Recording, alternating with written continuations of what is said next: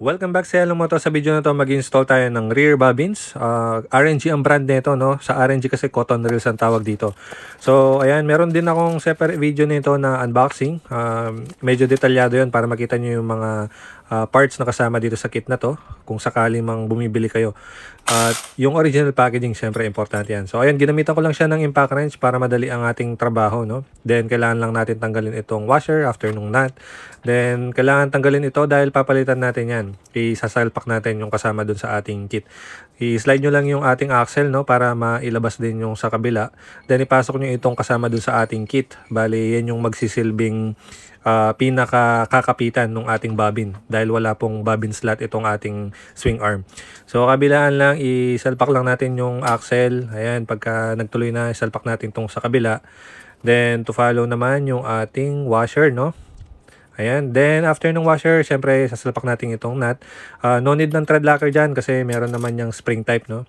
So, ayan, ihigpitan natin. Then, after higpitan yan, kailangan nating i-adjust yung ating chain, no?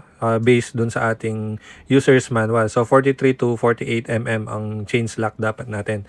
So, ako isiset ko yan ng 45.5 para nasa gitna tayo ng specified specification from our user manual, no? So, gagamitan natin ng digital caliper para swak na swak ang ating adjustment. Kasi ito lang naman ang nakakasaya sa atin, no? Yung alam natin na swak na swak ang ating paggawa. Kumbaga, confident tayo pagka ginagamit natin yung bike. And ito torque wrench natin yan, torque to specification din, base dun sa manual ulit. So, kumbaga, lahat ng tinatanggal natin sa bike, binabalik natin yan to their factory settings. Kumbaga, yung lahat ng tamang higpit ng mga nut dito or yung mga bolt dito, based from the factory specification. So, lilinisin ko lang yung mga thread nitong mga bolt ng ating mga bobbin para lagyan sila ng kokonting thread locker, no? So, ang thread locker na gagamitin natin is kulay blue. Laging blue naman, no? So, ayan, lalagay natin yung ating washer, then yung ating bobbin. Then, from there, lalagyan natin siya ng blue thread locker.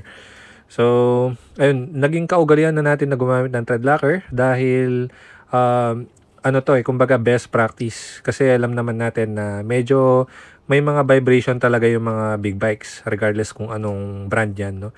So, ayan, i-torque din natin to based dun sa specification din, para on spec po lahat ang ating installation. Then, same thing dito sa kabila, no? Ang may papayo ko lang sa inyo, mga sir, mas maganda kung branded na yung mga nilalagay yung mga ganitong pyesa dahil medyo critical ito eh. Halimbawa, kung bumili kayo ng mura na ganito tapos nilagay nyo sa paddock stand, tapos biglang bumigay yung bobbin, ang mahal ng bike natin tapos matutumba siya, di ba? Kumbaga, doon tayo sa may peace of mind ba? So, ayan, mukhang tapos naman na tayo at ganito ang kanyang final na itsura, no? Medyo mararamdaman mo na may pagka-premium yung quality, no? So, sa mga hindi po nakakaalam, maliban sa sabitan yan ng paddock stand or yung stand ng mga big bike, nagsisilbi din po yan na slider. Kumbaga, pag natumba yung bike, imbis na yung swing arm yung magagasgasan, itong bobbin ang tatama.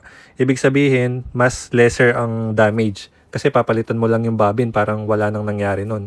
Instead na ipapa-powder coat mo ulit yung swing arm, medyo malaking trabaho yun, di ba? So, ayan po, kita nyo naman, sulit na sulit ang ating trabaho. Yun lang naman for this video. Be sure to subscribe or follow. Maraming salamat. Thank you.